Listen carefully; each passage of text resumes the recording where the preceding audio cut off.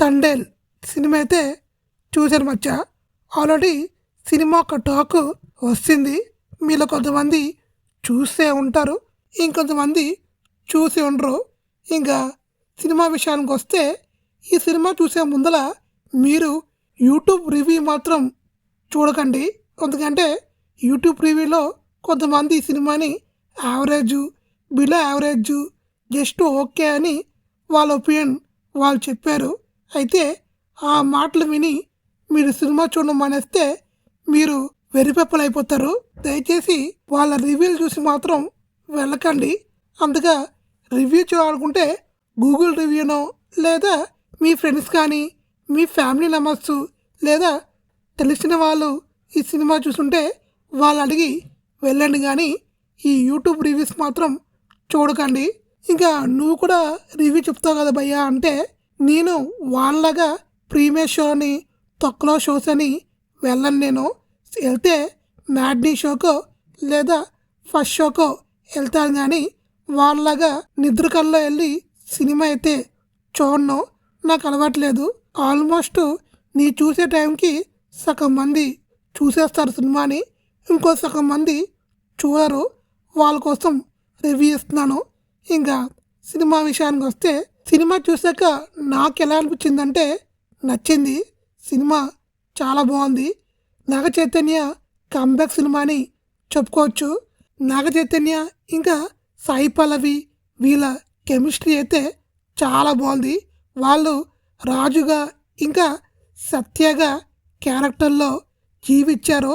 Normal కాదు, వాళ్ళ క్యారెక్టర్ని చాలా బాగా అడాప్ట్ చేసుకున్నారు. మనకి నాగ చైతన్య సాయి పల్లవి అని కనిపిరు. ఆ తండేల్ రాజ్ ఇంకా సత్యాలే మనకి కనిపిస్తారు. వాళ్ళ కెమిస్ట్రీ అవ్వచ్చు, వాళ్ళ యొక్క లవ్ సీన్స్ కావచ్చు, చాలా బాగుంటాయి. మనం చాలా బాగా కనెక్ట్ అవుతాము. ఇంకా ఎమోషన్ సీన్స్ అయితే సాయి పల్లవి చాలా బాగా చేసింది. సాయి పల్లవి మనల్ని ఏడిపిస్తుంది. కొంతమంది రివ్యూయర్స్ స్లాంగ్ అనేది ఆర్టిఫిషియల్గా ఉందని చెప్పేసి చెప్పారు. వాళ్ళకి ఉత్తరాంధ్ర స్లాంగ్ కోసము మినిమం బేసిక్ నాలెడ్జ్ కూడా లేదని క్లారిటీగా అర్థమవుతుంది. ఉత్తరాంధ్ర స్లాంగ్ మన తెలంగాణ లాగా లేదా గోదావరి స్లాంగ్ లాగా అయితే అంత ఈజీగా రాదు. ఆ స్లాంగ్ రావాలంటే వాళ్ళ తాతలు వాళ్ళ ముత్తాతలు తపస్సు చేస్తే కానీ ఆ స్లాంగ్ అనేది ప్యూర్గా రాదు. అయితే నాగ చైతన్య సాయి పల్లవి చాలా బాగా కష్టపడి మరి ఆ స్లాంగ్ని నేర్చుకొని సినిమాలో మాట్లాడారు. కొన్ని దగ్గర ఆ స్లాంగ్ మిస్ అయినా వీళ్ళు చాలా బాగా కవర్ చేసుకున్నారు ఇద్దరు. ఇంకా ఇంకా చెండు మొన్నటి గురించి మాట్లాడుకుంటే కార్తికేయ 2 హిట్ తర్వాత ఈ సినిమా కోసం తాను చాలా బాగా కష్టపడ్డాడు, చాలా బాగా రీసెర్చ్ చేశాడు. తన మేకింగ్ కూడా బాగుంది, తన రైటింగ్ కూడా బాగుందని చెప్పుకోవచ్చు. ఇంకా గీతాస్ గురించి మాట్లాడుకోవాలి. నాగ చైతన్యకి అంత మార్కెట్ లేకపోయినా తన మార్కెట్ మించి సినిమాకి అయితే ఖర్చు పెట్టారు. ప్రొడక్షన్ వాల్యూస్ చాలా బాగున్నాయి. ఇంకా సినిమాలో సముద్ర సీన్స్ అయితే చాలా నేచురల్గా ఉన్నాయి. మనం దేవరా సినిమా చూసాము, బ్లూ మ్యాటో లేదా గ్రీన్ మ్యాటో లేదా బ్లాక్ మ్యాటో వేసి తీశారు దేవరా సినిమా సముద్ర సీన్స్. అయితే వీళ్ళు అలా కాకుండా నేచురల్గానే సముద్రంలోకి వెళ్ళి షూట్ చేయడం అంటే మామూలు విషయం కాదు.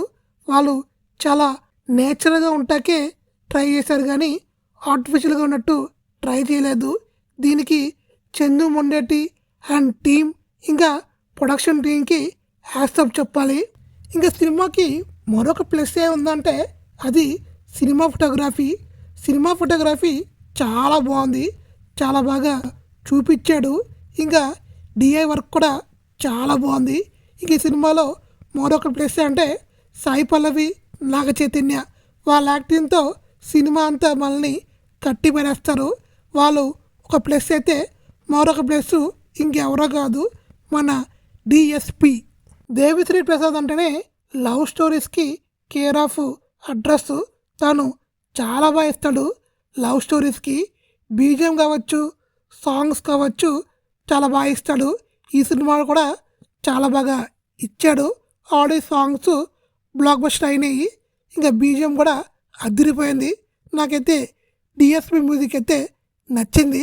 ఇంకా ఓవరాల్ చెప్పుకోవాలంటే ఈ సినిమాను మీరు ఇప్పటికీ చూడకపోతే డెఫినెట్గా వాచ్ చేయండి. మీ ఫ్రెండ్స్తో కానీ లేదా మీ గర్ల్ ఫ్రెండ్తో కానీ మీ ఫ్యామిలీ మెంబర్స్తో కానీ ఈ సినిమాని మాత్రం చూడండి, చాలా బాగా ఎంజాయ్ చేస్తారు. ఇంకా నా రేటింగ్ అయితే 3/5.